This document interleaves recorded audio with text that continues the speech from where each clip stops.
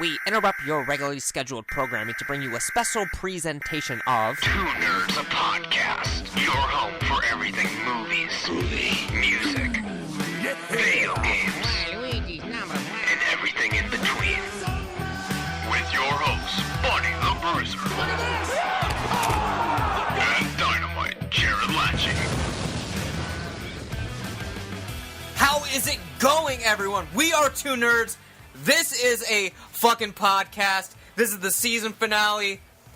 Broly's in the Dragon Ball Super movie. I'm Buddy the Bruiser. I thought you were going to say Buddy the BROLY. Buddy the Broly Bruiser. And I'm Dynamite Jared. Are we kicking it off with Broly? Yeah, let's just start All right. with that. We got a lot to talk about today. Hit the music.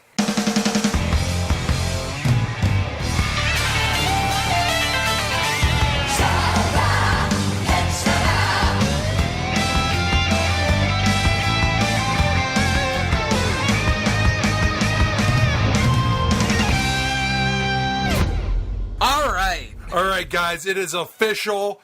Dragon Ball Super BROLY. What the fuck? Jesus Christ, Buddy sent me this, and Yeah, it happened like the day after last week's podcast dropped, or we would have talked about sent me a picture of the poster, and I was looking at it, and I was like, what the fuck, man? This has to be fake. There's no way in hell it's real. But then I looked up basically everything ever. Yeah. Geekdom did a video, which is basically the seal of approval. No, that wasn't the seal of approval, but Toei or Toei Animation literally tweeted out the poster after it leaked or whatever, confirming that it is Broly. I swear to God that on a Super Saiyan Godcast, when we talked about the trailer, I talked about the fan theory that it was Broly in the trailer. You might have mentioned and that. I was like, come on, No. there's no way. That's just stupid. Yeah. Now I'm. How do you feel now? Now I feel stupid. Okay, so how there was the initial shock, right? Yeah. Everyone was like, "What the fuck is this?" But now it's been about a week. You've had some time to process this information. I had it processed by the end of the day, and I'm really excited. No negative thoughts or anything. Broly is without a doubt my favorite Dragon Ball movie villain. Yes. And he's probably up there in my favorite villains of the whole thing. Like, my favorite villain, obviously, is Vegeta. But he kind of turns anti-hero and then just total hero. So I'll say my favorite villain is Saiyan Saga Vegeta, basically. Okay. And then maybe then it's like a toss-up between Frieza and Broly after that. Yeah. So, and I'd give Frieza the edge just I'd give Frieza the edge because he's a better character. There's no doubt about it. He's light years better as a character, writing-wise. He's definitely a better villain than Broly. But who knows if that's going to be the case after this next movie. After this movie, it could change everything. We don't know. Frieza will still remain better than the original Broly. This is true. Kakarot! Jesus. And he'll definitely be better than Bio Broly. I don't even know. Did Bio Broly ever even say Kakarot, or did he just grunt a lot? I don't think Goku wasn't even in that movie. Goten was, though. Yeah, so I don't know why you would say Kakarot. Goku was also not... He was there in spirit in the second movie, but he was not there, whatsoever. So, Broly still screamed Kakarot a lot because he saw Goten, who was obviously identical to Goku, and so he was still screaming Kakarot all the time. I don't remember that, but sure. I believe, yeah. Take my word for it. Yes. I like Broly. You obviously have more knowledge on Bio Broly than myself. You've seen it a few more times. I've seen Bio Broly once, and I never looked back. Here's to hoping... You know what? Not even. I guarantee this new movie's going to be better than Bio Broly. Yeah, it's a guarantee. It's absolutely guaranteed. I will almost guarantee that it's going to be better than Broly's Second Coming. But I won't bet any money on it yet. Not even even if you take the Dragon Ball aspect out of it, I think that BROLY is one of the worst films ever made. It's so bad. Like, I think the fact that it's a Dragon Ball movie makes it even worse, honestly, because it's like Dragon Ball by like just the standard, like none of them are like good movies. right. Okay? But like just it's the fact that it's Dragon Ball that you know that as a Dragon Ball fan that You know what you're probably getting into. going to be entertained by it. Yeah. Whereas BROLY fails to even do that. It This is- fails to even entertain you as a Dragon Ball movie, which just makes it downright one of the worst fucking animated films of all time, and maybe even one of the worst films of all Yes. time. And I say that with absolutely no hesitation. Yeah. Okay, so as we were talking about with the initial shock of Broly, my thing is now I've come to terms with it. I'm happy with the Broly thing, but I think the issue for me was originally that I hyped myself up too much for the original Super Saiyan or something like that. Like, I thought it was going to be like this new thing that was going to be super cool. Broly's fine. Like, I'm stoked about Broly, but I guess I need to think about it for what it is and not what it Paragus is back could too, have by been. the way. Oh my. Paragus is returning. That's the real news here.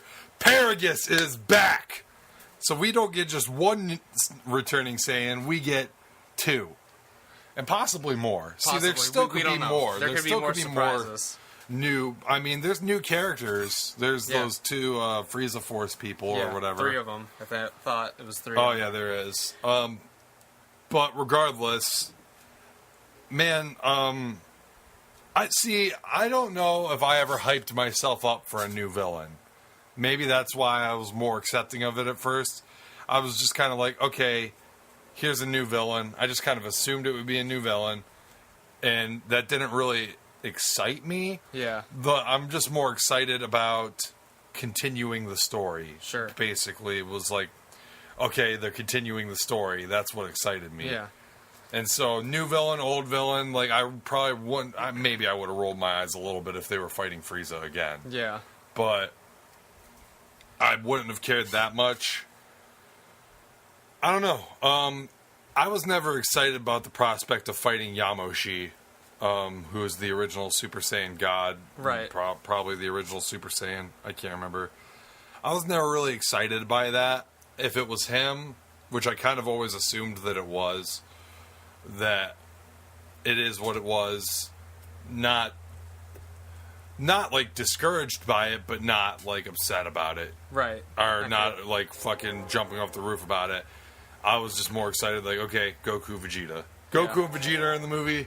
Yeah. I'm in. Well, because it could have gone either ways, because it could have been like a super cool, like Yamoshi could have been like super cool and like developed, or it could have just been like lame.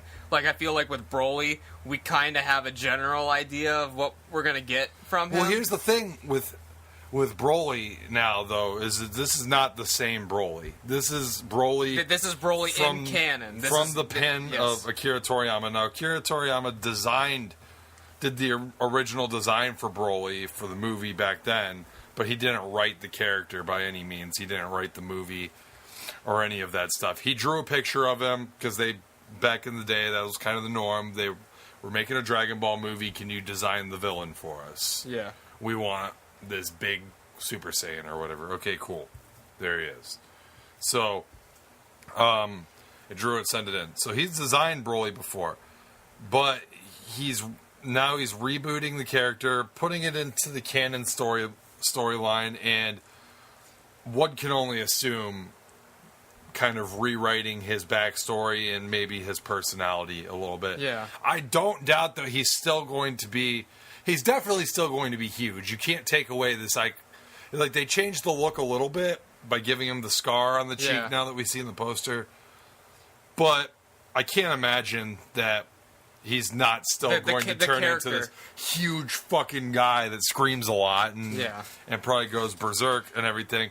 But the actual character is not just going to be this like guy that just screams Kakarot all the time.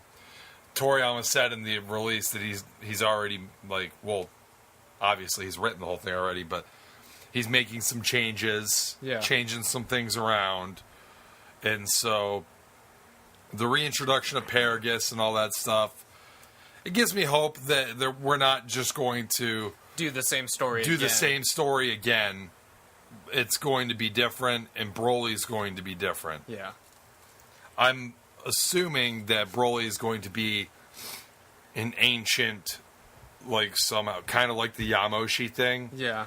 Like, he's going to be like an ancient Saiyan, like, something from the past, that, like, somehow will show up again. Maybe he's been frozen all this time or something. Who knows, yeah. I don't even know what they're going to do with that, but I like that better than him just being like, I was born on the same day as Goku. Goku wouldn't stop crying. Yeah, I'm mad. Now I'm pissed. Yeah. Like, and it makes more sense also to call him the legendary Super Saiyan. Because that's what he was already called anyway. Yeah, but it didn't make any sense because he wasn't the legendary Super Saiyan. He wasn't the Saiyan of legend because he was just the most jacked and powerful He Super just Saiyan. became a Super Saiyan, but he still wasn't thousands of years old. Yeah. So there's always confusion because of the name of that form. Right. And then Yamoshi being the actually original Super Saiyan. Correct. So questions for you. Okay. Are you happy that it was kind of spoiled so early?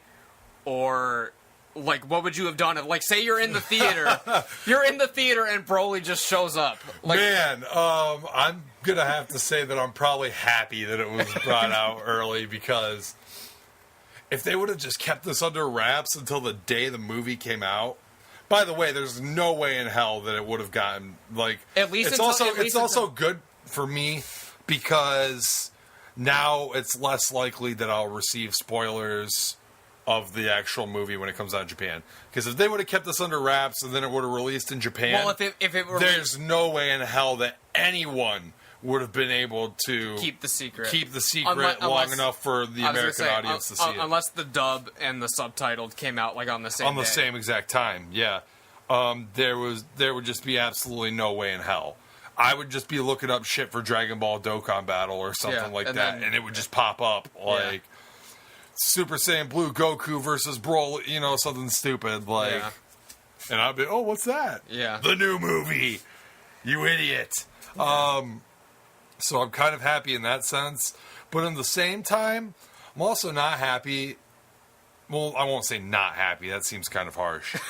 But, you know, kind of, I guess, disappointed that I don't get to have that feeling when I'm just in the theater. Yeah. Whereas, like, dude, I was shocked when you sent me this picture. Can you imagine how shocked I'd be if I'm actually watching the fucking movie and then all of a sudden Broly just comes out of nowhere in the fucking movie that's supposed to be canon? That I'm just like, what? I probably would have stood up in the theater. Everyone in the theater probably would have stood up. What the fuck is happening? What? It would have been like my reaction when I pulled my LR Gogeta. I would have probably had the same exact reaction. I noticed when rewatching my reaction to that, by the way, that it seems like I'm not happy about it for a second because I say no so many times. I'm like, no! That's probably what I would have said in the theater. Yeah. What? No! As Broly's clotheslining both Goku and Vegeta through glaciers or whatever the hell. You know what? It's possible that he's been frozen all this time because they are fighting in Arctic like terrain. So maybe like Beerus and Whis like come to Goku and Vegeta. They have to have a reason to be in this frozen area. And like listen, like they could just this happen really to be in powerful like guy like you guys might be interested in. You know, I don't think that they'd be like, or maybe Whis would drop the subtle thing like, oh, he's really powerful. Goku's interested. Vegeta's not. He's got a new daughter or something. You know what I mean? So like, he's like, oh, you can go. And then Whis is like, he's a Saiyan. Yeah. And then Vegeta's like, nutty. And then they go there to kind of investigate, and it's goddamn Broly. Yeah. So,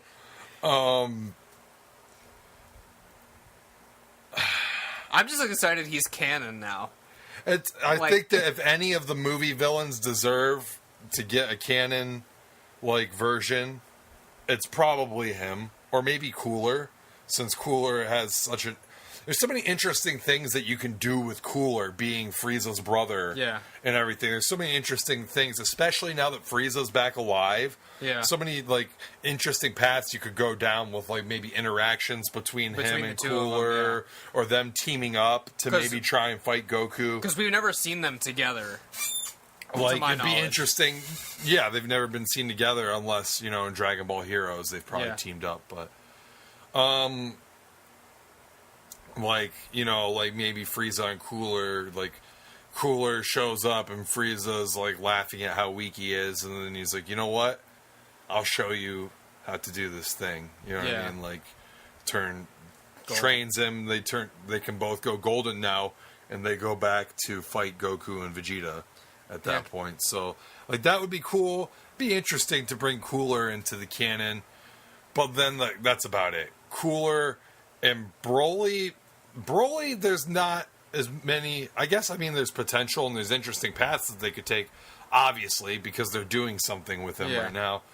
But I think he deserves to be canonized, and he is being canonized because of just how popular he is. Right. Because, I mean, like, BoJack and stuff was cool, but it's not on, like, the same level as Broly, you know? BoJack was a good movie, but he was nothing. Like...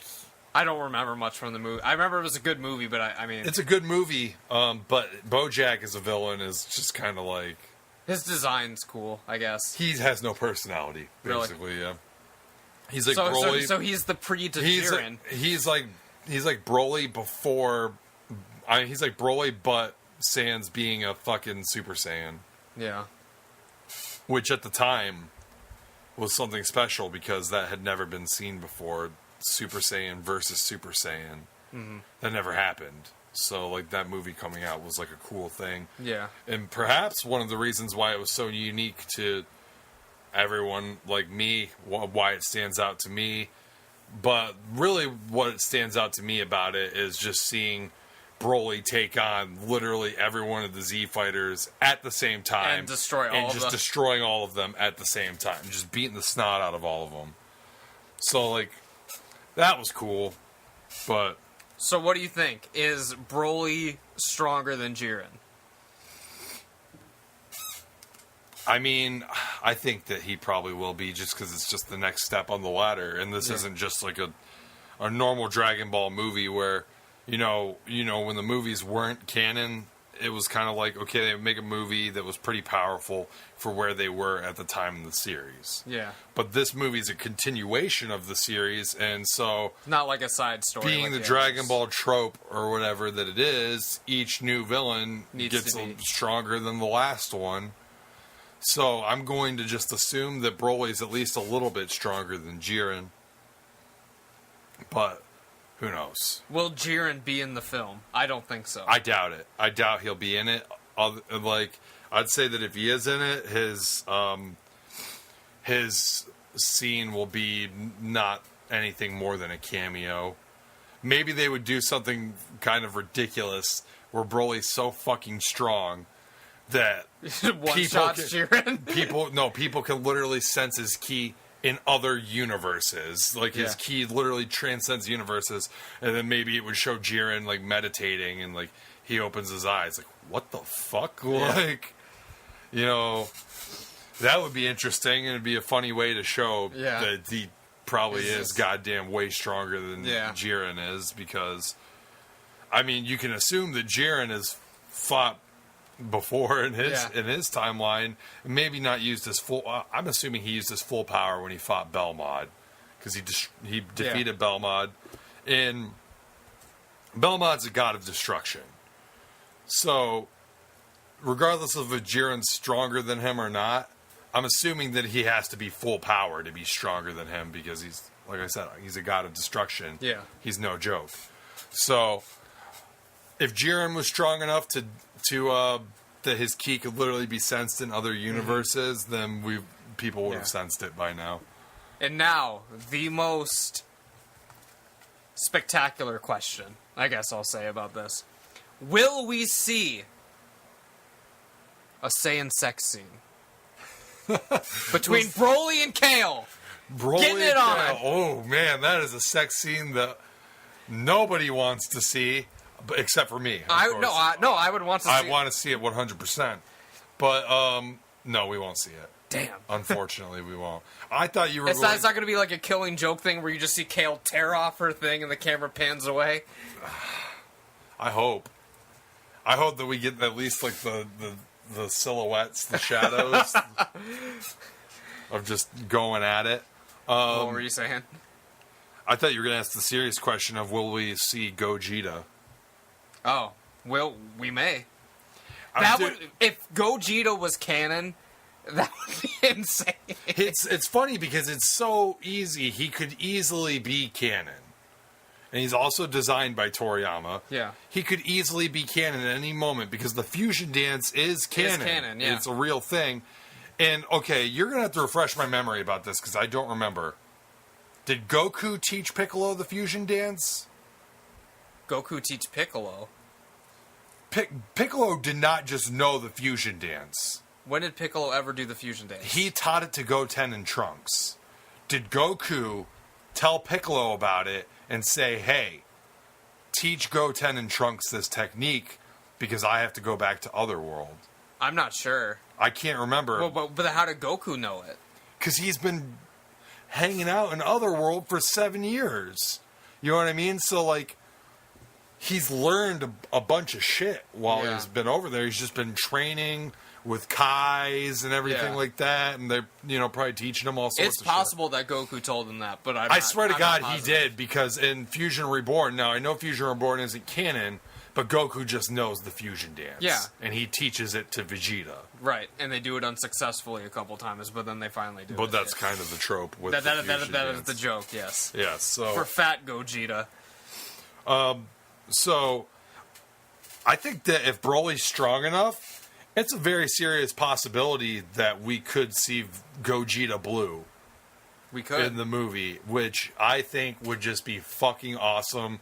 That you basically would introduce my two favorite non-canon characters into the canon. Right. One of the only cool things about GT is Super Saiyan 4 Gogeta. Yeah. It's like one of the only cool things about GT. So to introduce Gogeta into the canon and Gogeta Blue, maybe they could retcon the whole you can only be in there for a short time because Fusion Dance is only a half hour anyways. Mm-hmm.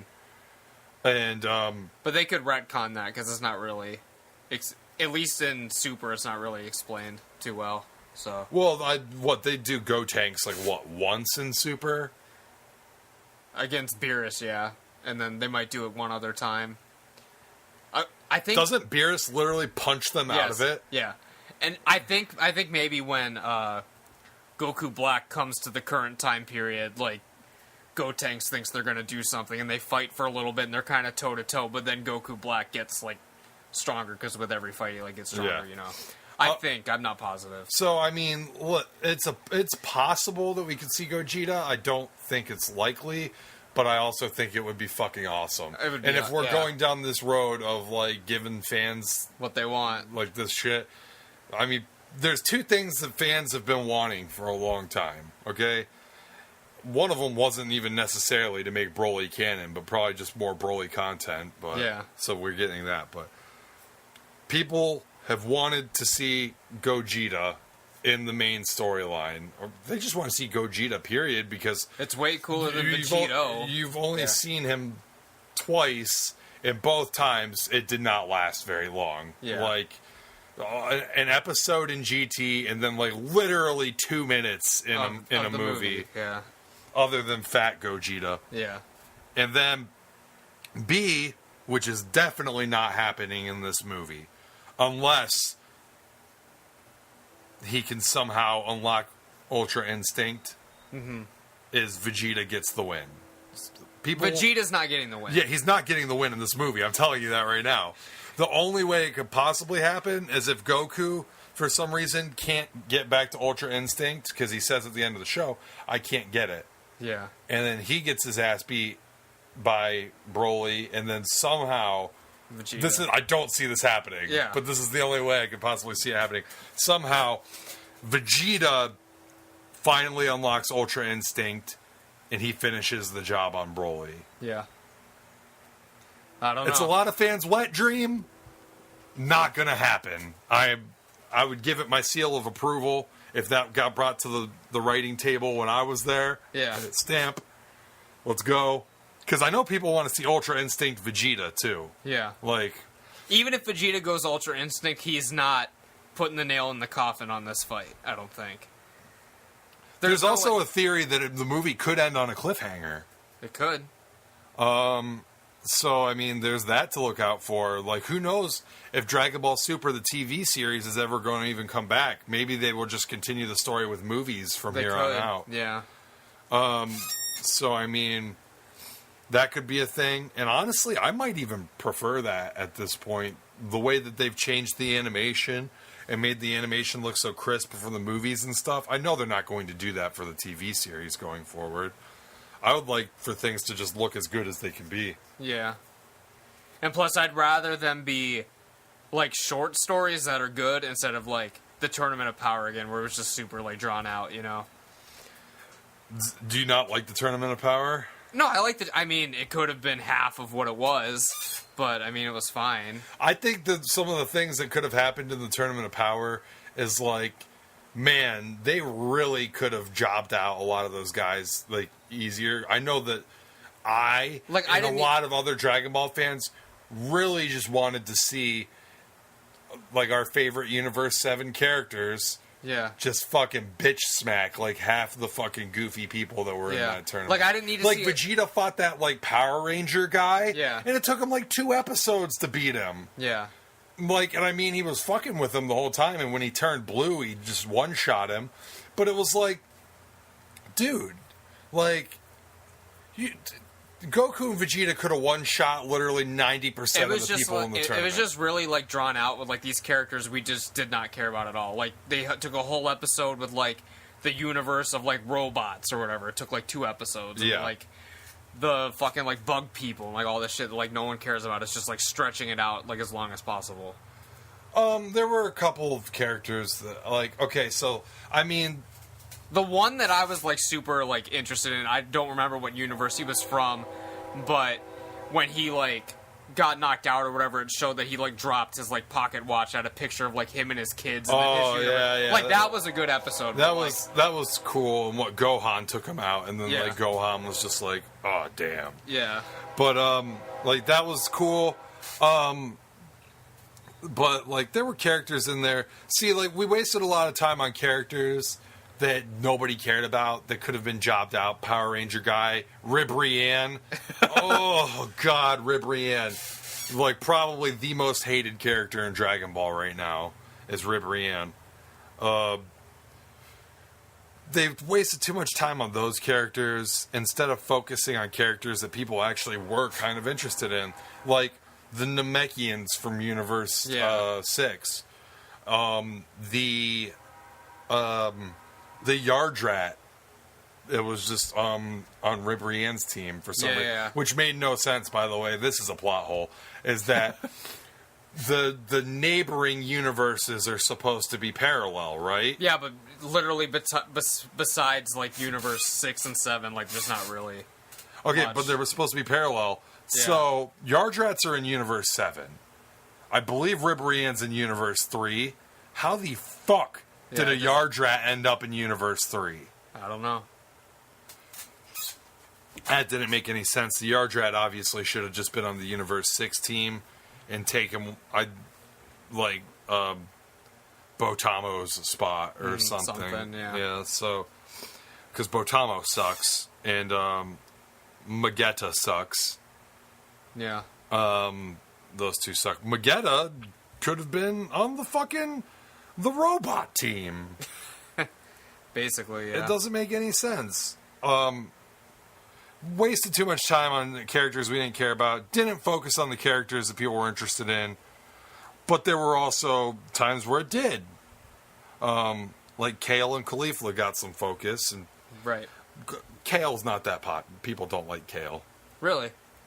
just because it's such an obvious, like, Broly ripoff. here's Broly! You know what I mean? Yeah. That, like, people were just like, like, Toriyama put an end to that. Yeah. He's like, listen, you want to fucking use Broly? Just use fucking, here's Broly. There he is. I wrote him. You know what I mean? There he is. So, whatever. Any bold predictions for the movie?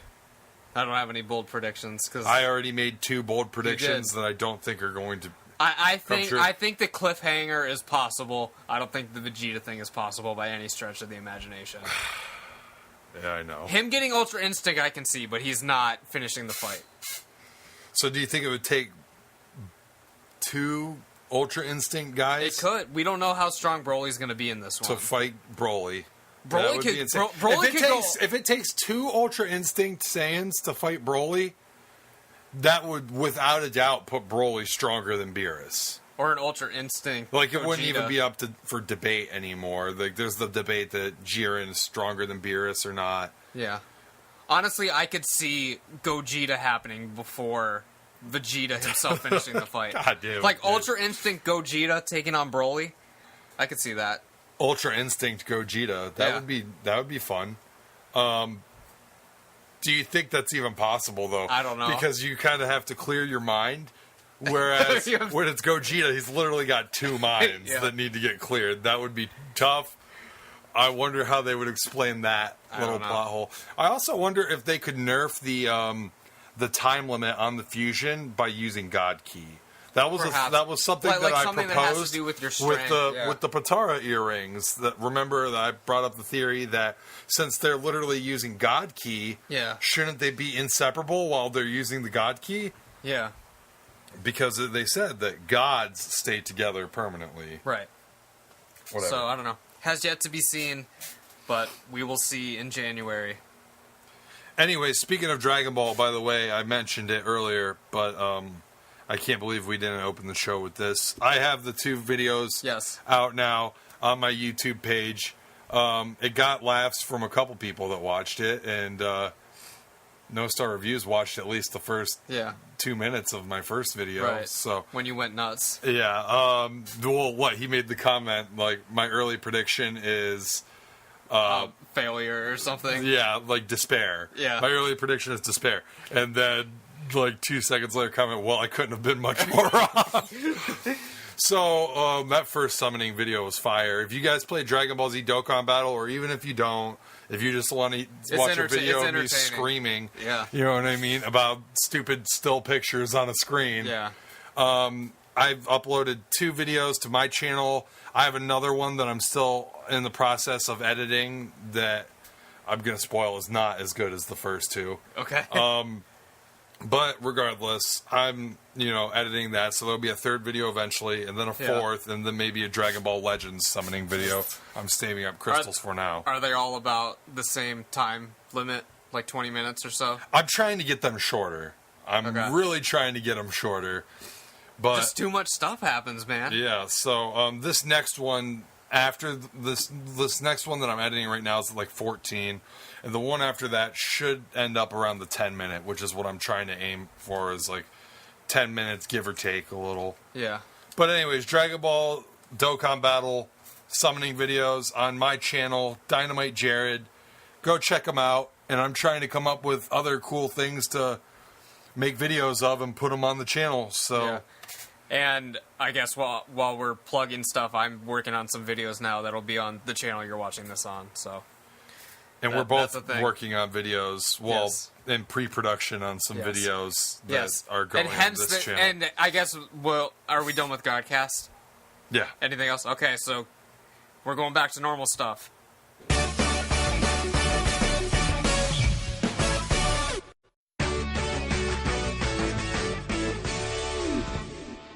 All right, here we are. So, I guess the reason why the season is ending is not only because it's been a year since we've done that. It's like, I think this week is the week. This is new ground for us, by the way. This is like 50 episodes. Well, like, what, 74 total? What do you mean? Yeah, no, it would be, because we had 19 in season 1. Okay, so 69. Yes. That is There the we go. real reason why we should never record another episode, honestly.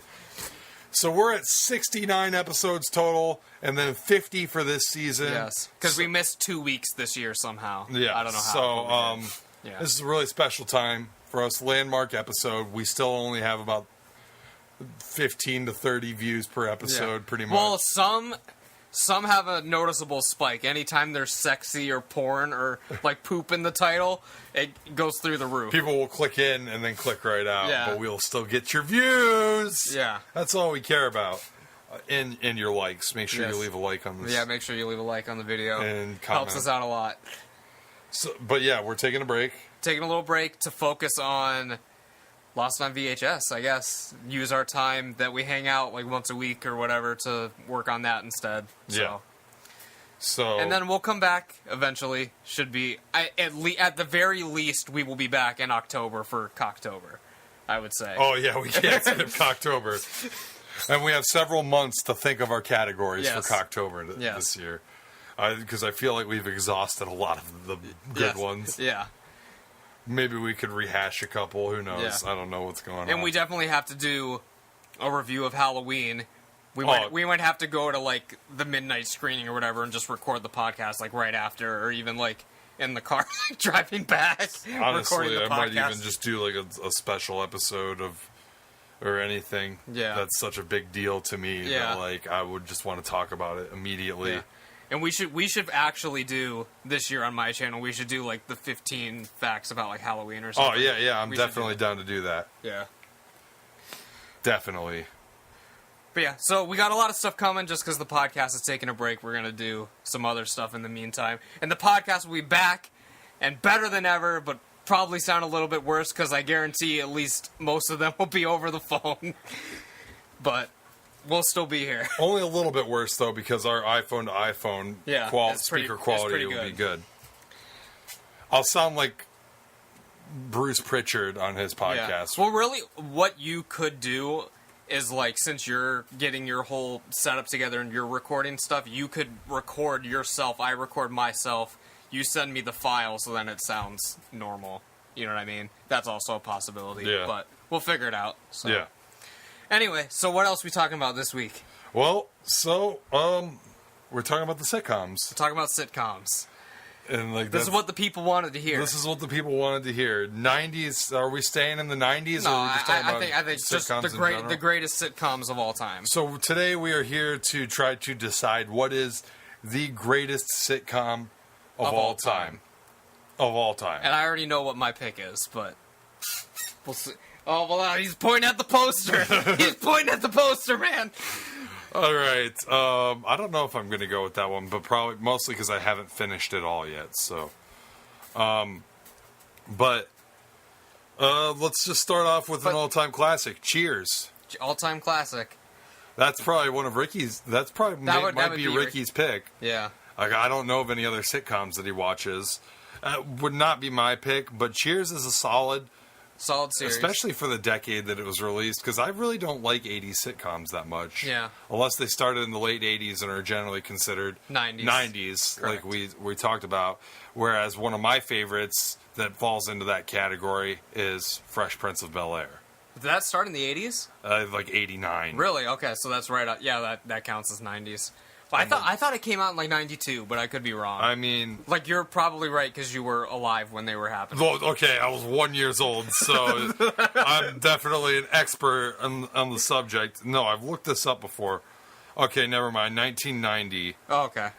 In September of 1990, I thought for sure like at least a pilot was released in 89. Yeah.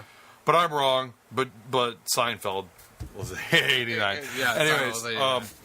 but Fresh Prince of Bel-Air. I don't even know what to say about this. That couldn't be said. That hasn't been said yes, already. I mean, I will say this: if it's not the greatest sitcom ever, it is definitely has the greatest sitcom dad of all time. Dad. Uncle. Well, he's definitely a dad. He's a dad figure. He's a well. He's dad to most of the characters. Everyone except Will. And Viv Yeah. and Jeffrey. But he's definitely a father figure. Yes. That he's the best. He's the best father figure and all. Especially since Bill Cosby tarnished his legacy. He, do you think Bill Cosby was as funny as Uncle Phil, though? Uncle Phil had the cool dynamic where he was really smart. He was, like, Bill Cosby was smart, but, like, Uncle Phil was really, like, intimidating as well. He could be really intimidating most of the time, but then when it came down to, like, time to give the fatherly advice, he could give it. Or he could give, like, the real tough love. Yeah. He had, like, the whole package, man. Right. Like, he had the gentle love, the tough love, the just tough. Yeah. You know what I mean? So, like, Bill Cosby... When he picks them up when they got, like, pulled over or whatever, he's fucking scary when he's like, don't you ever arrest my... Or whatever he says. You know the episode I'm talking about. But, oh, man. But yeah, he definitely has the intimidation factor that Heathcliff Huxtable does not have. I'll tell you what, Uncle Phil has one of my favorite sitcom moments of all time. And you can't, no sitcom father figure is complete without his share of just badass moments. Yeah. Where he walks in, and just total badass is the whole situation, and then gets out of it. And I'm talking about the pool hustle. When he goes into the pool hall and bails Will out and hustles the pool, he hustles the hustlers. Yeah. Oh my God! He God! Like, comes in, he's like all doofy as hell. He's all doofy. And then, oh, how does this work? And Yeah. he's shooting all stupid or whatever. He suckers the guy into betting like 3 times the amount or something like that. And then he's like, Jeffrey, break out Lucille. And he just absolutely dominates the guy. That's fucking... I think one part he's like eating a sandwich. Yeah. Shoots one hand and gets like 3 balls in. Yeah. Oh, it's so amazing. You know who else has had some badass moments in his time? And I can't think of any right off the top of my head, but I know they exist. Al Bundy. I was gonna say. Every now and then, Al Bundy will have like that moment where he just kind of gets out of like the goofy thing that he has going on and actually does something badass. Yeah. None come to mind, but I know it exists, and I've watched a lot of Married with Children in my day. Yeah, but yeah. I didn't know this actually, and not to bring it back to the Cosby Show again, but I was talking to my dad or something, and my dad was like explaining to my sister. He was like, "Yeah, Married with Children came out because the Cosby Show was like this wealthy black family of us all like happy-go-lucky, and they were like, oh well, we're just gonna release Married with Children, where it's like this poor ass like white trash, like a direct response to the Cosby Show." And I did not know that. I did not know that either. That's according to my dad. I mean, that could be wrong. Well, your dad was sitting in on the production meetings. Yes. So, Married with Children is a strong candidate for a good sitcom. I feel like, though, where it lacks is in serious moments. Yeah. It's all funny all the time. Even when Al's being a badass in those, like, instances, that it's still funny. There's a hint. Yeah, there's goofiness. Like, there's never a moment where Al, like, sits down with Bud and like has, like, a good heart-to-heart with him. Like, he has heart-to-hearts with them, but they're always like, funny from, like, the audience perspective, because he'll just say something about fucking a girl or something. Those are the hearts of hearts. Yeah. Or, don't get married, son. Yeah. Something like that. There's never any, like, heartbreaking episodes. Like, there's nothing to compare it to, like, the scene with Will's actual dad. Yeah. Whereas, like, everyone still gets posted to this day. Where like, people say it's real, and it's not real at all. If you don't fucking cry when you watch that shit, then you don't have a soul, basically. Right. Like, why you don't want me, man? Yeah. So, like, I think it's lacking in that respect that would, like, hold it back when considered with greatest sitcom of all time. Well, I don't know. I don't think my pick for greatest sitcom has yours doesn't have really any of that in it either. Yeah. But what are some other? Bring some up, because we can talk a little more modern. I mean, I think Big Bang Theory is absolute garbage. But How I Met Your Mother, I thought was a pretty solid show for what it was until like towards the end there.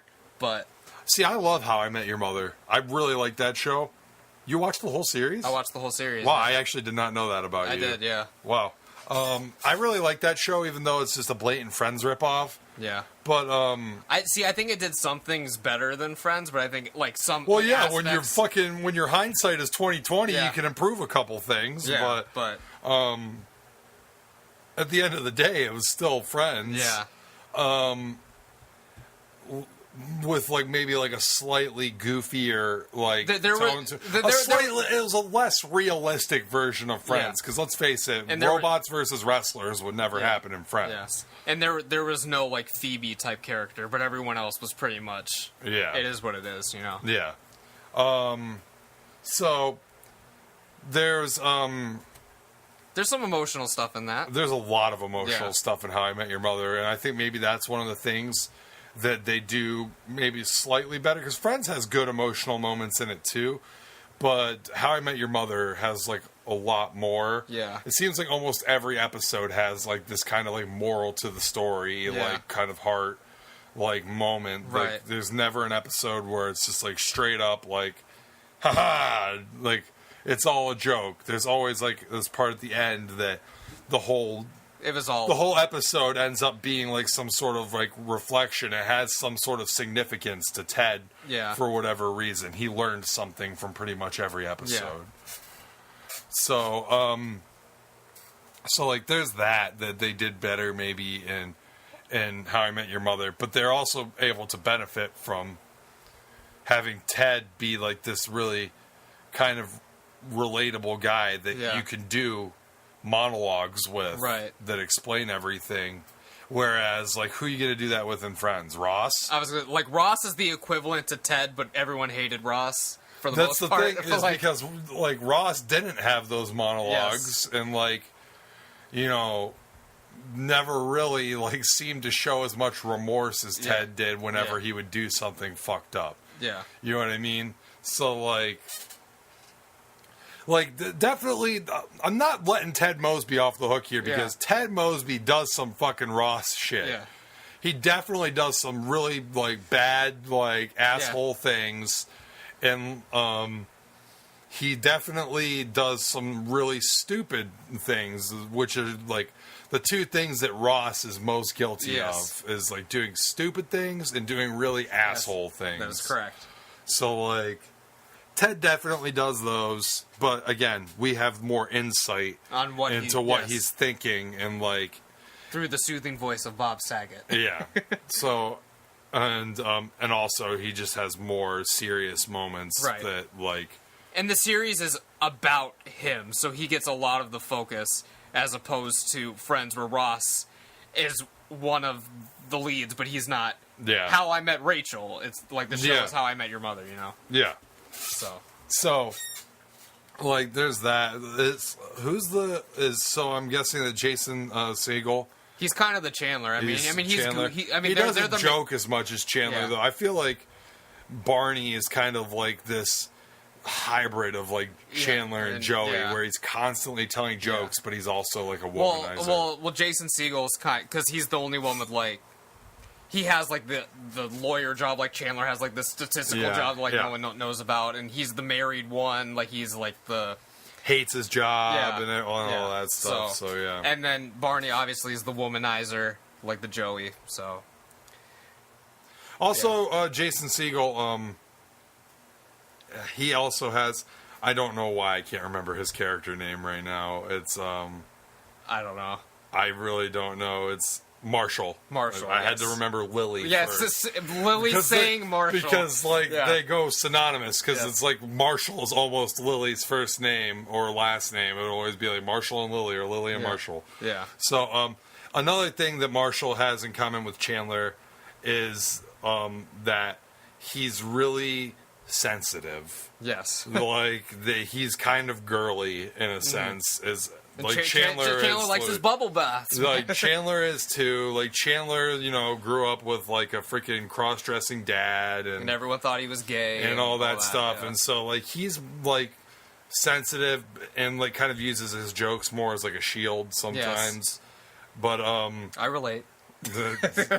His jokes are definitely a deflection. But Marshall the joke thing isn't really much of like a shield, but he's definitely sensitive and like more in touch with his feminine side, I guess, than the other characters are. So there's that. This whole conversation about How I Met Your Mother started. I don't want to beat the fucking dead horse of How I Met Your Mother, but I actually don't mind the last season. It's more of like the last episode, and not even really the last episode, but more or less two things that happened in the last episode. And I'll give the spoiler alert right now. If you haven't watched How I Met Your Mother and you plan on watching it, then just kind of skip ahead like a couple minutes. Yeah. But I'm not going to sit here and say that I have a problem with the mother dying. I actually predicted that kind of early on in the show because I was like, man, he's sitting here telling this story. Where the fuck is the mother? You would think in one episode it would at least have like something like, dinner's ready or something. You know what I mean? Something. Like, and then the kids would be, oh, thank God. And they'd be like, oh, it's so fast. You know, like, you're going to listen to the rest of this. So I already knew she was probably going to be dead. I don't like Barney and Robin getting divorced. Obviously. And I don't like that leading to Ted just going back to Robin. Yeah. Those are the two things that I didn't like in the last episode, especially... Well, that's what's universally not liked about the last episode. Well, there's also the thing with the mother dying. Where everyone's like, oh, they made us love the mother for the last season or whatever, and then they just took her away or whatever. So, like... Well, I mean, took her away. There's no more episodes. Like, I don't know what you're complaining about. But... So, I just don't like that, like, this whole series has been about Ted basically trying to get over Robin, and then he finally meets the girl that gets him over the hump, or whatever, but then she dies, and it just turns out that, like, oh, he still was never over Robin. Yeah. He still goes back to her. Right. Which is just, like, And I guess they recorded all of that in advance, but I think there's still a way you could have, like, worked around it, you know? Like, the scene with the kids, they obviously filmed 10 years ago when they started the thing, because the kids would have, like, aged, but I don't know. They could have been like, hey, maybe that's not the best idea at this point anymore. You know what I mean? Yeah. When they conceived the series, they thought it was a good idea, but you didn't have to stick to it. You could have found another way. But. I just didn't like that. But I'm also, at the same time, I still liked the last episode. I had thought that it wrapped everything up.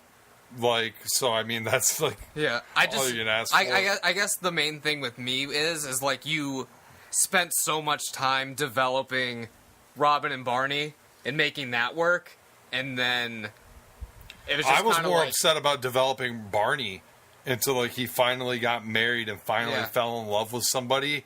And then it just ended, and you just put him back into, like, he just regressed, literally, like, 2 seasons other than his daughter. Like, he had a daughter, and then, like, now he's in love with his daughter, I guess, which is, like, I mean, that's good, but, like, you could have got to that with, like, him and Robin, like, adopting a daughter or something, so it just, that sucked, but whatever. I actually really liked the whole last season leading up to that. Maybe the first couple episodes are kind of slow, but once it kind of hit its stride, it started going pretty strong, which I thought was good.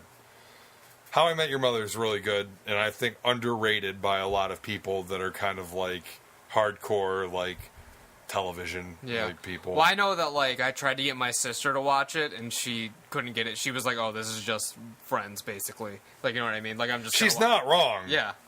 But see, it's the other way around for my sister. She watched all of How I Met Your Mother and loved it, and then tried to watch Friends, and she was just like, yeah. It just seems like an older version of How I Met Your Mother. Yeah. And I was like, well, you're not wrong. Right. But I was still able to watch... I actually watched all of How I Met Your Mother first, and I was able to watch all of Friends after that just fine. Yeah. I thought that there was still enough different that you could get through both shows and appreciate them both.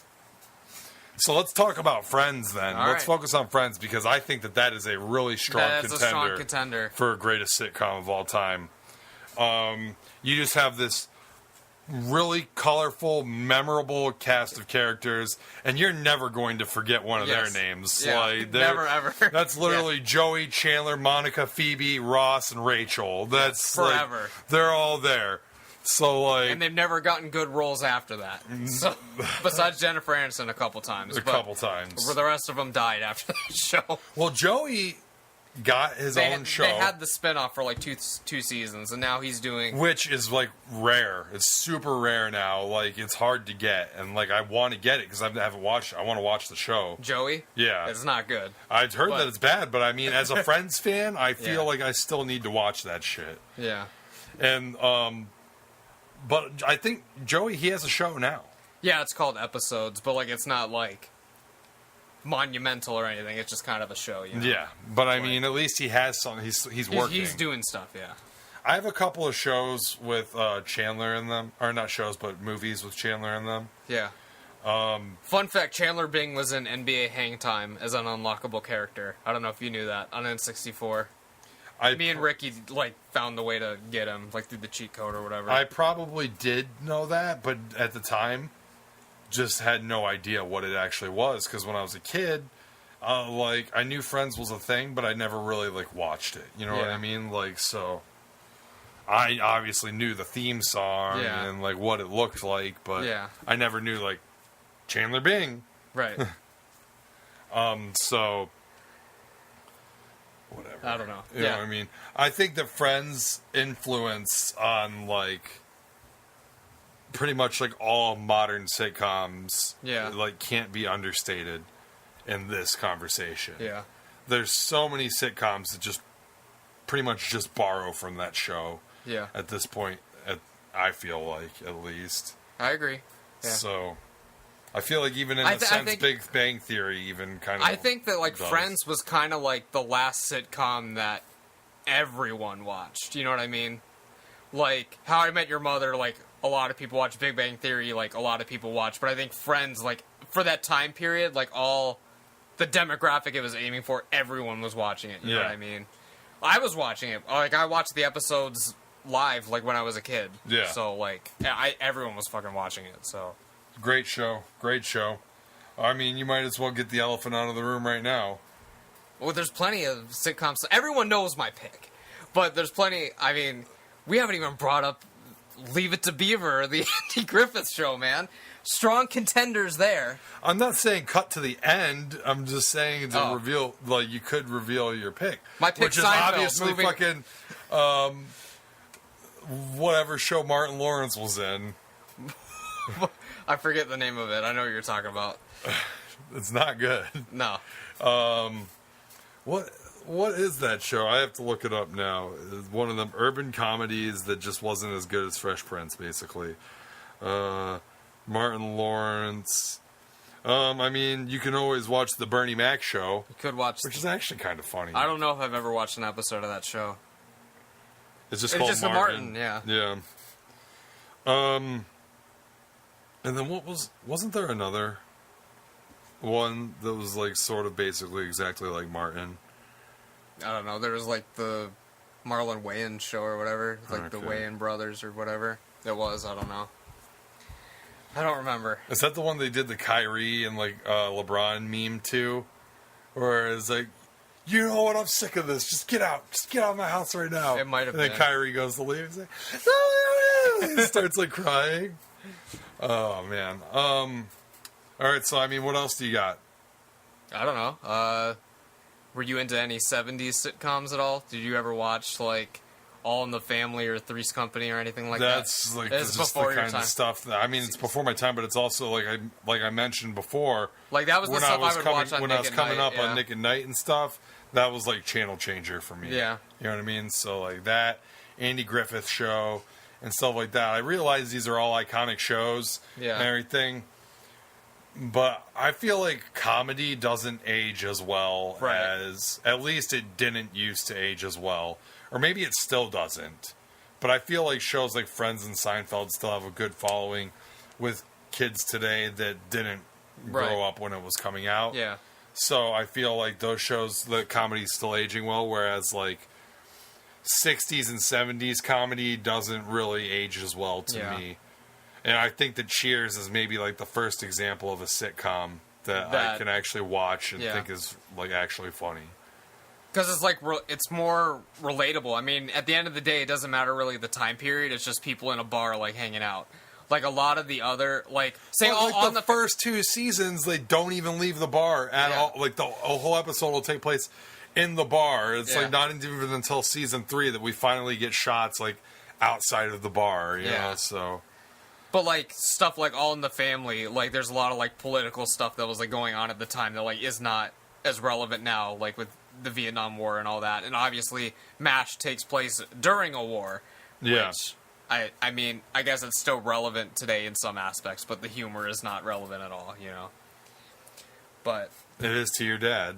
Well, my dad grew up watching it and he just still watches it for 2 hours every day. When I was a kid watching MASH, I thought it was the most boring show of all time. I didn't even know it was a comedy.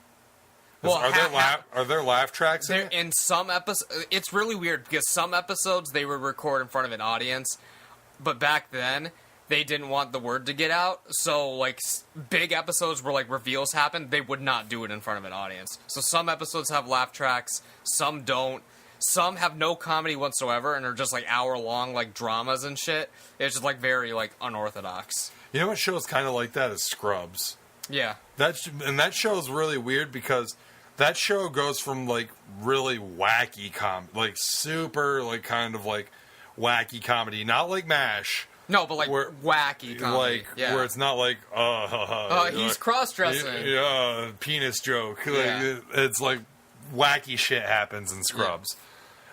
It goes from like really wacky comedy to just straight up like people are dying drama, like not comedy, but straight up people are dying drama. Like at like the turn of a hat. Yeah, it's kind of jarring sometimes, but Scrubs is good.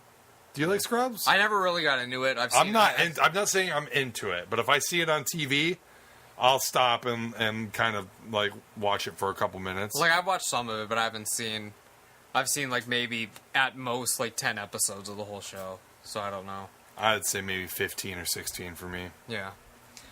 But I don't know. What are some other sitcoms? Well, I mean, I guess we can still bring up animated sitcoms now with Family Guy. Family Guy, Simpsons. Simpsons, yeah. Simpsons has a strong case for fucking greatest sitcom of all time. It's still going. But it's not going as strong as it once was.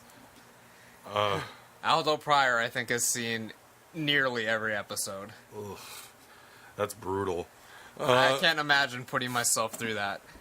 Well, I feel like if you started, right, like, if you started watching it on TV when it was starting to go downhill, and so then you're watching it on TV when it's going downhill, right?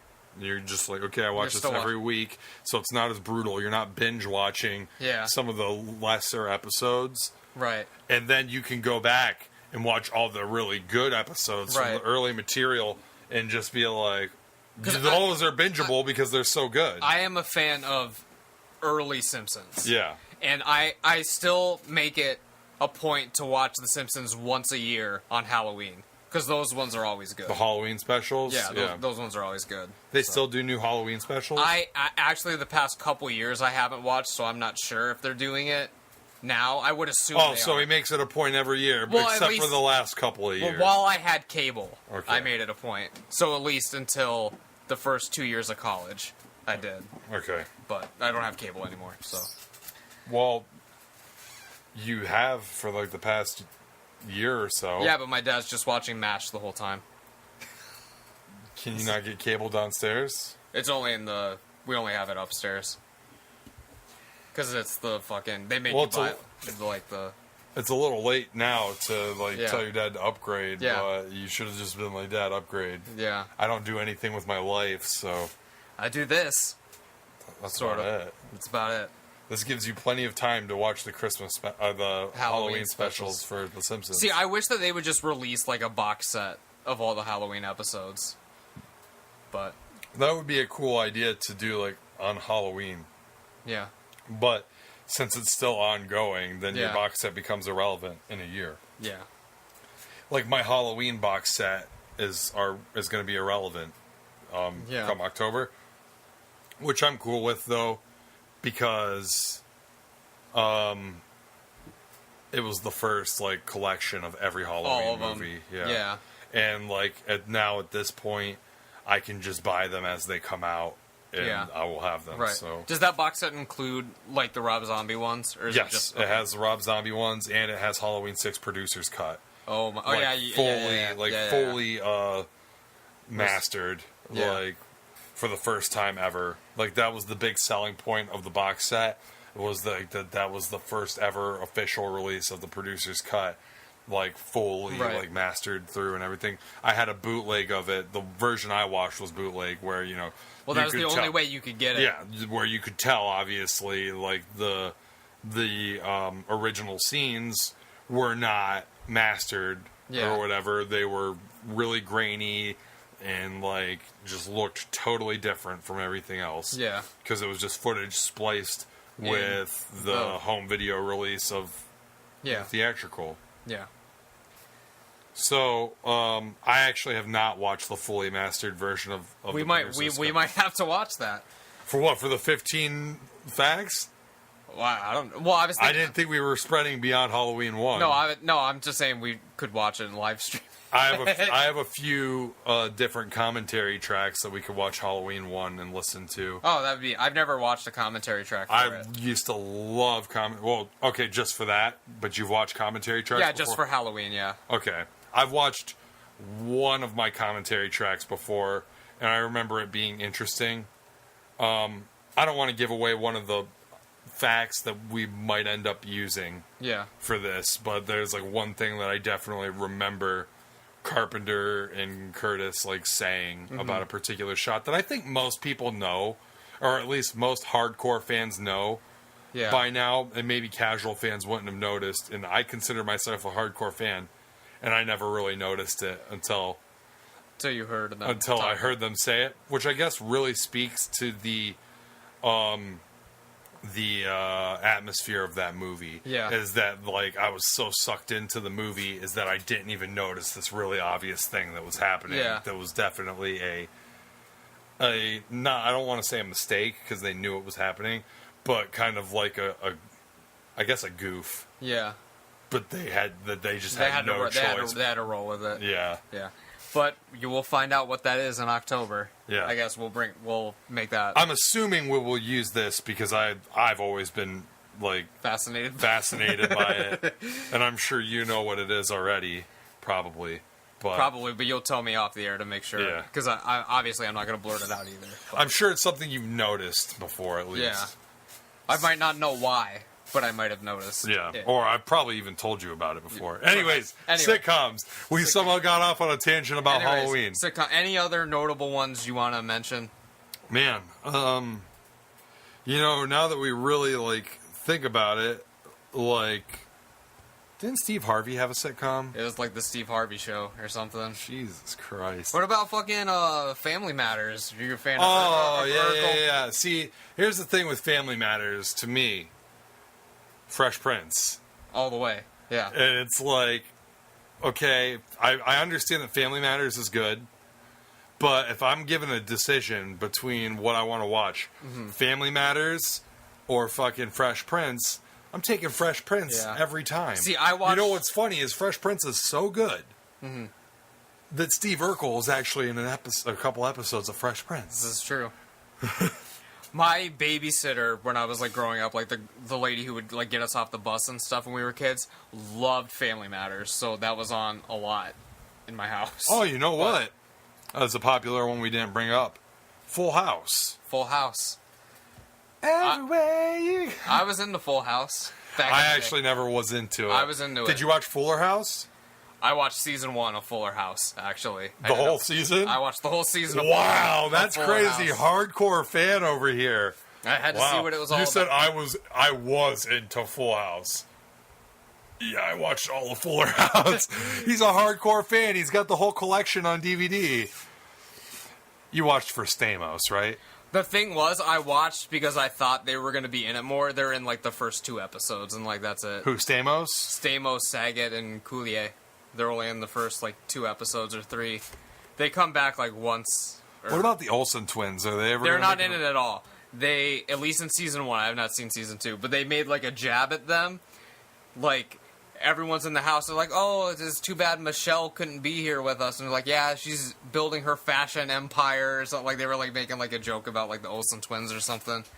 But one strung out on cocaine in a hotel room. Yeah. The Olsen twins are not exactly appealing to look at anymore. Yes. So I'm sure it's probably for the best. I mean they could recast them if they really wanted Michelle in the show. Would it? I just feel like it wouldn't be like it wouldn't as be the good same. though. Yeah. It's like I just feel like it's more. I don't know, more impactful to use the original actors for literally anything. Yeah. Like, that just doesn't just apply to sitcoms. I know when I was a little kid, I had a crush. I know that everyone is still pissed about the recasting of Aunt Viv. Everyone to this day is still mad about it. And they're like, yeah, I love Aunt Viv. The original Aunt Viv. The black Aunt Viv. The really black Aunt Viv. She was fierce. Yeah. Is that what they say? I don't fucking know. I just know that everyone I talk to always has something bad to say about the second Aunt Viv. Yeah. Okay, man. It's like not even like Aunt Viv was ever like even close to being my favorite character in that show anyways. It probably goes like Will, Uncle Phil, Carlton. And then Jeffrey. And then that's it. And then Jeffrey. Jazz. Yeah, but he's only in, like, the beginning part.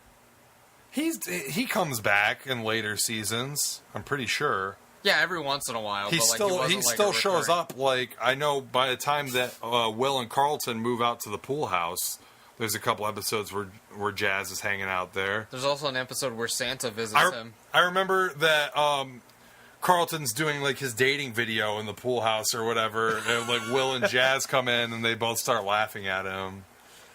So, Jesus.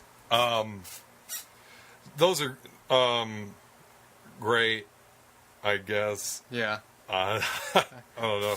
They deserve a rewatch. See if they're still great. The Fresh Prince is definitely still great because I was telling you about the 24-hour loops on Fire Stick or whatever. Yeah. And they have a Fresh Prince channel on there that there's also a frequent like pick for me and Miria. Yeah. And it's still fucking good. I can't sleep sometimes because you're just watching it. I'm like so into it sometimes. It's like we either watch Twilight Zone, Fresh Prince, or Whose Line Is It Anyway to go to sleep. Now that's not a sitcom, but that's a hell of a show. That's a great show. So good. Ryan and Colin, those are my fucking dudes, man. Did you watch the reboot of it? The newer episodes of Whose Line?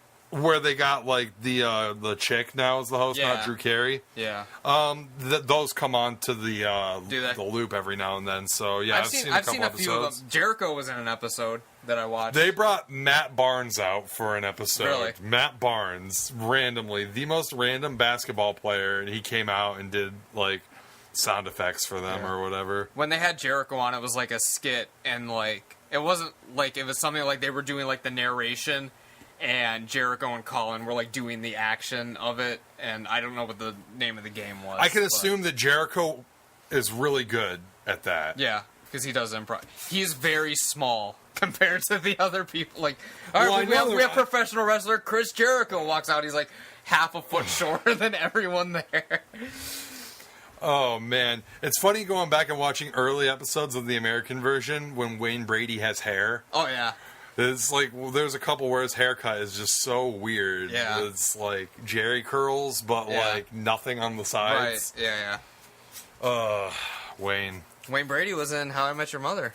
Yeah, he was Barney's brother. I think Wayne Brady was in Bernie Mac's show, I think. He might have been, I don't know. I don't know if I've ever seen it. Wayne Brady's in a lot of things. He likes to pop his head into things. Yeah. So, anyways... You picked Seinfeld. I did pick Seinfeld. Do you have any other sitcoms that you think really deserve not that we haven't brought up already?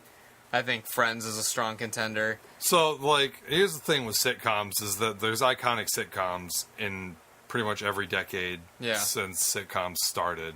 Yeah. I feel like... But Friends and Seinfeld were primarily 90s. Yeah. Yeah, I agree. I'm just saying that, like, you still have, like, so if you go back to, like, the 60s in cartoons... Right. What are the, like, iconic 60s cartoons? I don't know, like Flintstone, all the Hanna-Barbera shit. Is that and, like, 60s or 70s? I think it's late 50s, early 60s Flintstones. Okay. I think. What about iconic 70s cartoons? Scooby-Doo. There. Okay, so I mean, you have like one or two. Yeah. In the 60s or 70s. 80s, you have a billion. Iconic?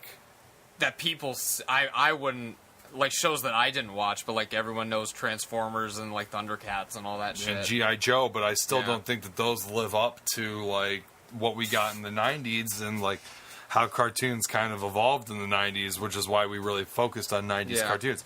Whereas, like, sitcoms, man, like, we got what?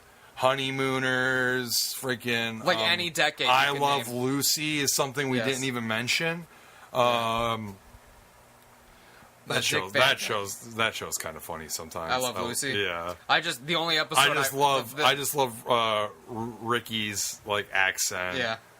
Come on, like you know, and then like you said, Three's Company. Yeah. Three's Company is Tony Danza, right? No, Three's Company is John Ritter. Okay. And what's the Don one with Knotts. Tony Danza? It's like Father Knows. No, I don't know. Oh man, it's fucking Who's the Boss? There he is. Best known for Taxi and Who's the Boss. Who's the Boss? Yeah. I just said it. Who's the Boss? Yeah. So I mean, there's that. You know, then the '80s, you got Cheers and Cheers. Yes. Did Frasier start in the '80s? Frasier started in the mid '90s, I think. Mid '90s? I think I thought it started after Cheers. And Cheers ended in like what? 91, 92? 93, I believe. Here, let's just go straight to Frasier. Cheers went on for so long because it started in like what? 82? Something like that. Let's see here. Did I spell it wrong? Is there an I in Frasier? Yeah. Okay. 93 it started. Yeah, so right when Cheers ended. And you know what, though?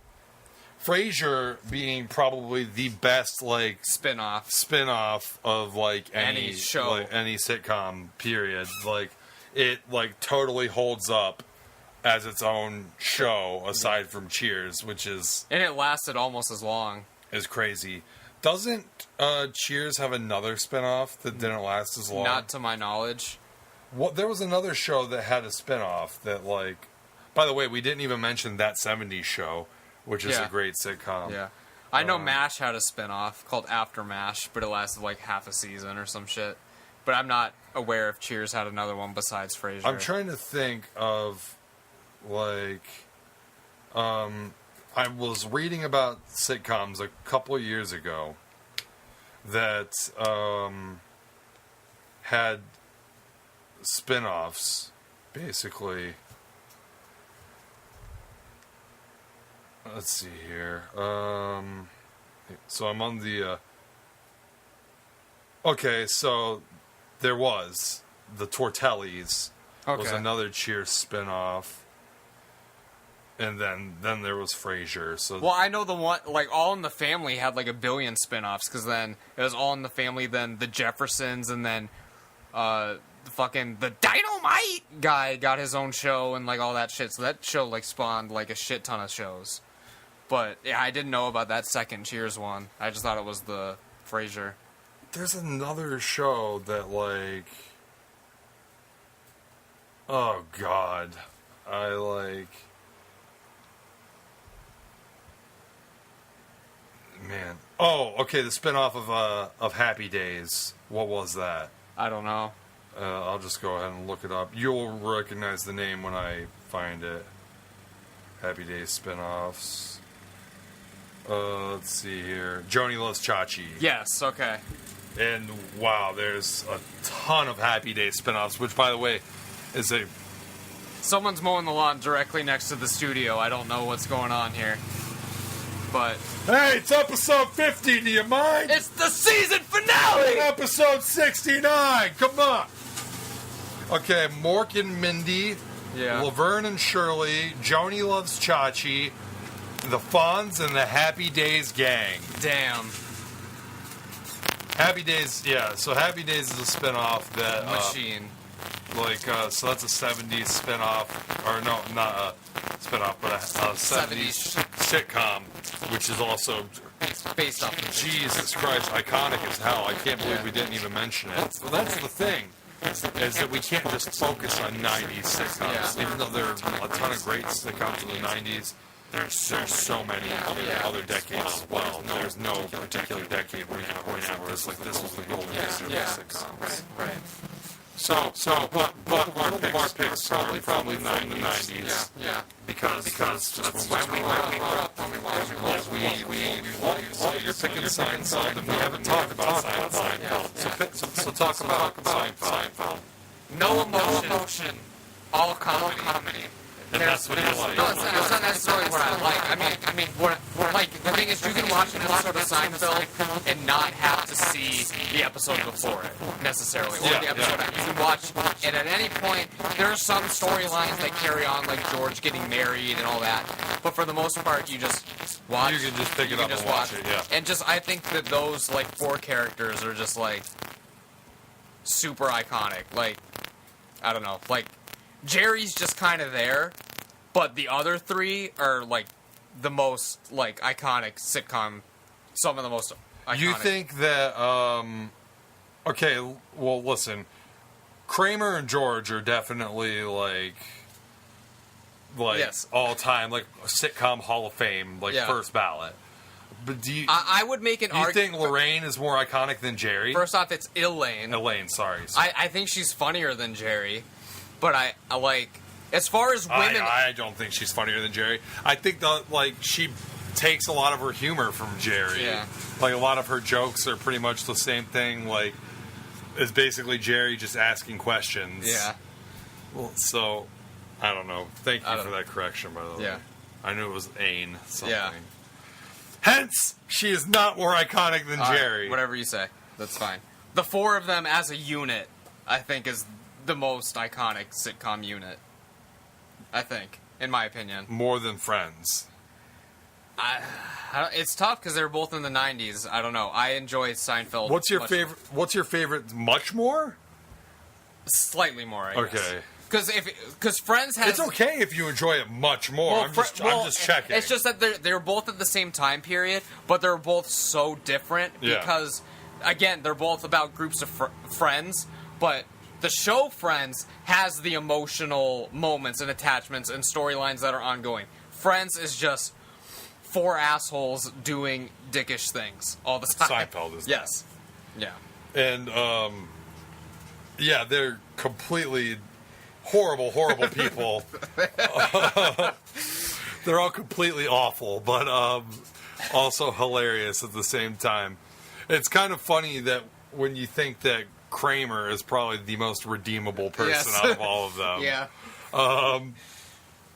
But what are some of your favorite Seinfeld episodes or moments?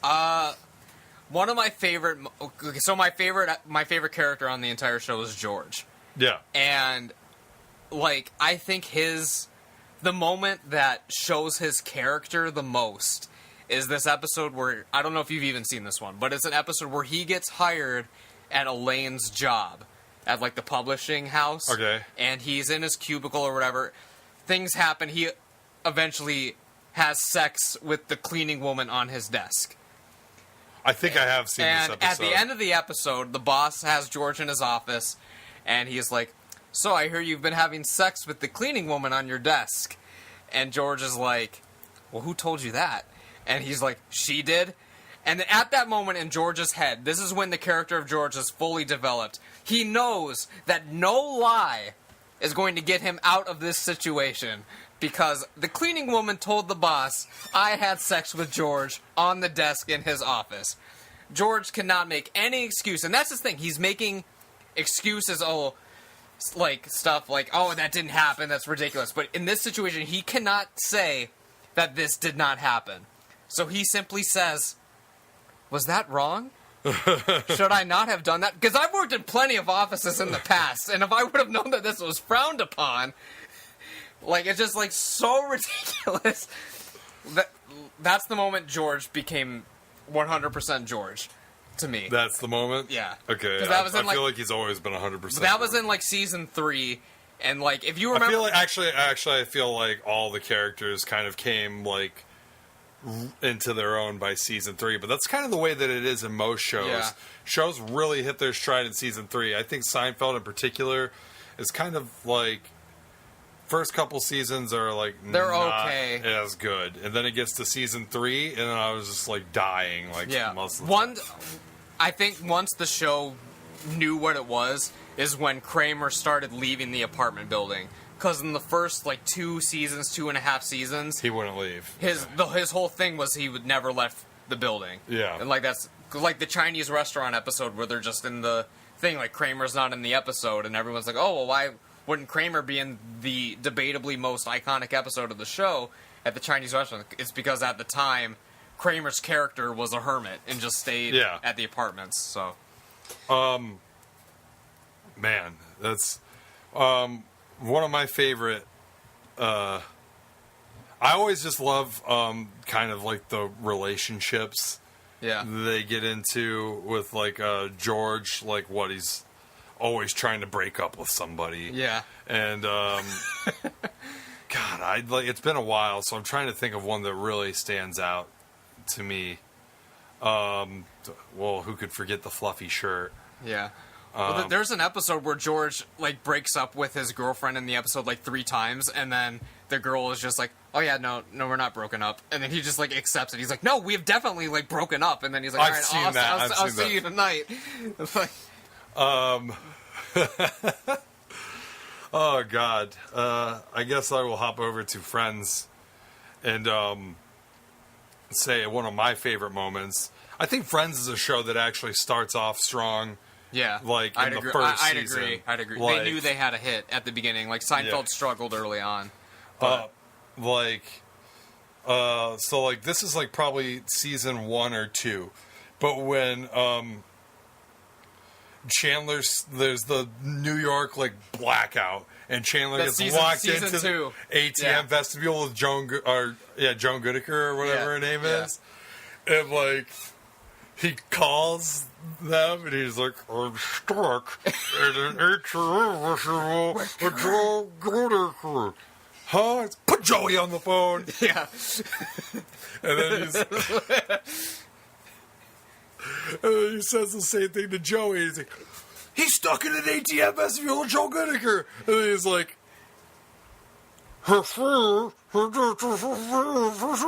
and Chandler's just like, you think I haven't thought of that already? Yeah. Like, they just totally understand what each other's saying. Yeah.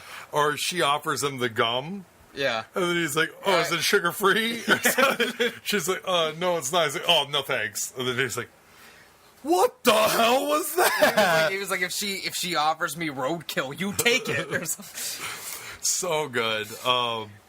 Man, there's... That episode's my brother's favorite episode because he fucking loses it when Ross gets attacked by that cat outside, and it cuts to the shot inside where everyone else is like singing like, looking down on creation, and Ross is just like flipping out. Oh man, there's so much with like Joey and Chandler. Yeah, are so good. I love the chairs. Yeah, when they first get the chairs and they're like, oh, do I dare, or do we dare? We dare. Oh yeah. Oh. Yeah. Oh, it's so good. I love Friends, man. I can't really think of like that many crazy things right now because there's just so many.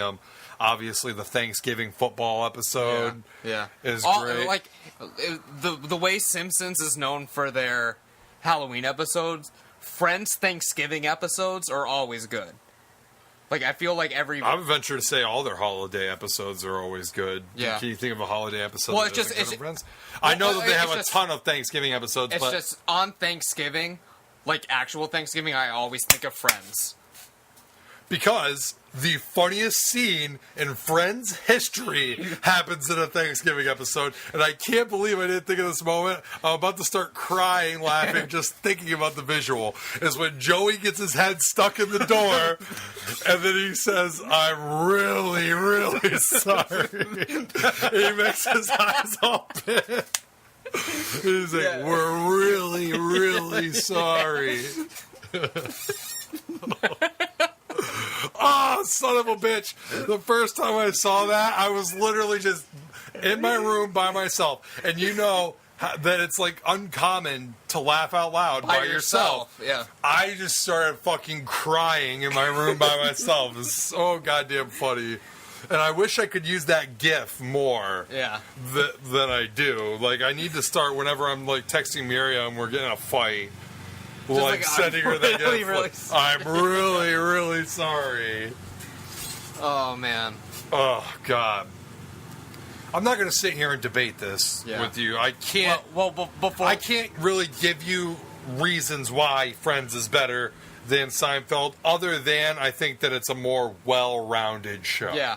Like I said, Friends has the advantage with ongoing... it's a story. Like, there's plot points. I also feel like Friends, maybe this isn't true to you, because you've watched all of Seinfeld and you probably watched it a lot, and I know there's a ton of recurring characters in it that you probably find iconic, and I know there was one in like season 4 or 5 that was recurring that I thought was iconic, was like Elaine's ex was like a serial killer or something. Crazy Joe Davola. Yeah, Crazy Joe Davola. Yeah. I changed my name to Crazy Joe Davola on Twitter for a while, so like I liked him, and I didn't really even like him as much as I just liked the interactions with him and how they would always just say Crazy Joe Davola like every single time. The thing with Seinfeld is a lot of the characters are one and dones. Very rarely do they come back, except for there's a character called Babu Bhatt, which is like a Pakistani guy that owns a restaurant. He's like, "You're a very bad man." Yeah, I know. I've seen him. Yeah. All the all the most iconic characters come back for the series finale, but most of the characters are like Crazy Joe Davola. I think he's in the series finale. Oh, thank God! Because are you aware of the series finale of Seinfeld? I haven't watched it yet. So basically, what happens is they end up going to court for all the horrible shit that they've done. And literally the entire thing is a court trial with all the iconic characters like bitching about them. Okay, yeah. So that's what the finale... A lot of people hate the finale. I think it's good, but a lot of people don't like it. So there's a lot of iconic characters in Friends that are recurring that aren't even in the main cast. I would say the recurring characters in Friends are better. Like Dr. Richard Burke. Yeah. And one of my favorite moments in Friends is when Monica's dating Richard, and all the guys think he's so cool, and they grow mustaches. And when Chandler first walks in with the mustache, and just the way he's just kind of looking around and like strutting in like he's the shit. Oh, it's so funny. He like barely has a little bit of hair on his lip. Oh, it's so good. Richard's great. I'm trying to think of some more. I feel like a dick now that I like brought it up. I don't really like Janice as a character, but I like the situations that kind of like the Joe Davola thing, how everyone's like talking about Janice. I like how Janice is like, when she shows up, you know that it's like, oh shit. Yeah. Like for Chandler, you can kind of see like, not even just him, but like everyone, like their heart just kind of like sinks. Yeah. And I also like that she's just like a big knockoff of Fran Drescher from The Nanny. Oh yeah. When I was a kid, I thought they were the same. Yeah, I still think that they're the same sometimes. There's Janice, who's, I can't believe I didn't think of her as like super iconic. She's in like every season pretty much. Yeah. At least for 1 or 2 episodes. Janice, Richard, Ross and Monica's fucking parents. Yes. Like their dad is hilarious. Besides George, my favorite character in Seinfeld are George's parents. Jerry's parents are pretty funny too. Yeah. I love the pen episode. Oh, yeah. They're like, why'd you take the pen? You gotta take the pen. Man, there's someone else. Like some of the boyfriends that they've Friends. had. Like, oh God, what's his name? That Rachel dates in like season 1 or 2. Paolo. And then there's Russ. There's Russ. He's Who only is in Russ? for like a few episodes. It's just one. I thought. Only one? Yeah. I swear to God, he came back for at least another one. I thought it was just that one, but she dates Gavin and Joshua. Is Joshua the one that like started off as like her like? No, that's Gavin. Gavin? Joshua was her like stylist. Like she was his stylist. Oh, okay, yeah. All right, I see. But Gavin was the one where it was like Ross was on the phone. He's like, "Is that Gavin there?" And she's like, "Yeah, well, bye." And then he goes and bangs the copy girl. Okay, not Gavin, but the other guy that has the same shirt as Ross, the pink shirt. So everyone thinks that he impregnated Rachel. He started out as like Rachel's like receptionist. Oh, Ty? Was that his name? I think it might be something like that. Tag. Yeah. He was just like what was he? He was like a dog, right? Like He was Rachel's receptionist. And he was like so much younger than the rest of them, and he like acted like a kid. And then they thought that he was the father because he left the sweater, and then Ross was like, "Oh, my sweater." Yeah. That's great. All right, man. We've been talking about this a lot. Yeah. I know this is episode 50, so it would probably go long. Yeah. But you like Seinfeld. I like Seinfeld. I like Friends. You like Friends. But just did you have a Seinfeld moment that you? Didn't I bring one up already? I don't think. Like, besides the pen, that was the only one you said. God, it's been so long. There were some that like well, the Kramer turkey. Yeah. Let's see here. Oh God, I can't remember. There's like this one episode. I think it's the one with George that like he's trying to break up with the girl. And like every time he tries to drop her off at the house, and I think they just go up and have sex every time or something, or like. Oh, I think there's one similar to that. Or like he keeps trying to break up with a girl, but they keep just going up and having sex, and he can't do it. There's always just stuff going on with George. Oh, okay. The one where he basically gets fired from his job, but he refuses. Oh, and he just stays in the office for like weeks. Well, he quit. Well, one of them. He quit, and then he came back, and then he came back. He tried to act like he never quit. Yeah. Okay, yeah. All right. And then he tried to poison his boss at the party. I think that comes back in the finale. It's like, George, did you really try to like kill your boss? And he's just sitting there in court, like looking around. Damn it. But yeah, man. It's like it's tough. There's like, so much on stuff. the cuff, and like there's so much stuff that happens in that show because it's such an episode to episode kind of thing that like I don't really remember everything. So plus I haven't even finished the series yet. I'm like on season 6 or something right now. So whatever. I can actually finally watch it without commercials now on the Fire Stick. I didn't. There you go. Yeah. Well, I guess that's about all we have for this season. For this season, we'll be back at some point in October. In Cocktober. For sure by October. Cocktober. Anything else you want to say before we sign off? Thanks for putting up with us for 69 episodes. Thank you, No Star Reviews, for watching my summoning video and watching all these podcasts, and probably watching all the other of Buddy's content. Which I haven't. I posted 2 videos this year that weren't a podcast. So thank you to everyone that's listened to the show. Thank you to the lawnmower guy that's fucking up our closing here. We really appreciate it. Make sure you spread the word, and we really appreciate that as well. We're trying to get big time here. Oh, yeah, for sure. Season 3, bigger and better than ever. Yeah, especially if we get enough money to travel to actually record together. Yeah. So, anyways, guys, watch out for that Season 3 trailer that's going to drop any day now, any month now. And we will be back for Lost on VHS and Season 3. Yeah. This is Dynamite Jared. And this is Buddy the Bruiser. We have been two nerds. And this has been a podcast. Thank you, guys.